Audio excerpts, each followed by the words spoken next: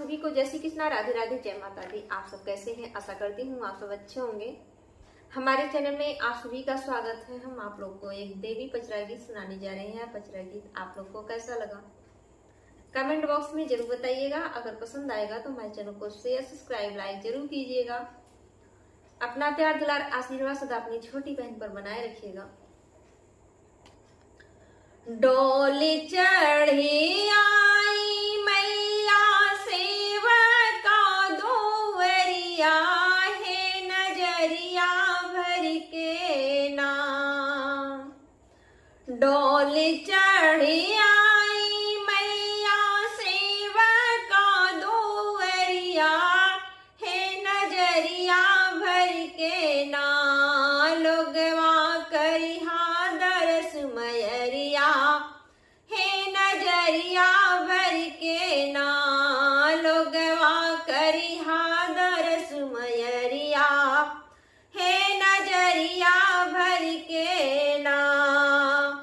केहू जल लावे मैया धोवे के पायरिया है, गगरिया भर के ना। केहू जल लावे मैया धोवे के पायरिया है, गगरिया भर के ना।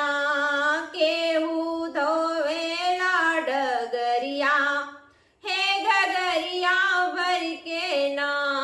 केहू धोवे ला डगरिया है, गगरिया भर के ना। केहू लावे बेला अड़हुल चंपा से कनेरिया है, डलरिया भर के ना। केहू लावे बेला अड़हुल चंपा से कनेरिया है, डलरिया भर के ना। केहू दवना के डरिया है, डलरिया भर के ना। केहू दवना के डरिया है, डलरिया भर के ना।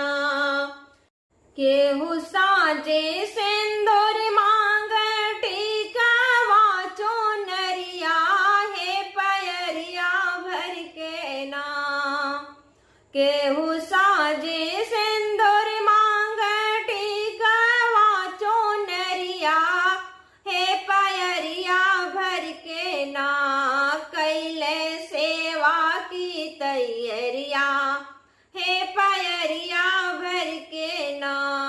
कैले सेवा की तैयारिया है, पयरिया भर के ना। केहू भोग मेवा मिश्री घीऊ गुड़ दाहिड़िया है, किथरिया भर के ना। केहू भोग मेवा मिश्री घीव गुड़ दाहिड़िया है, किथरिया भर के ना। केहू फल की टोकरिया है, किथरिया भर के ना। केहू फल की टोकरिया है, किथरिया भर के ना। डोला चढ़ी आई मैया सेवका दोवरिया है, नजरिया भर के ना। डोला चढ़ी आई मैया सेवका दोवरिया है, नजरिया भर के ना।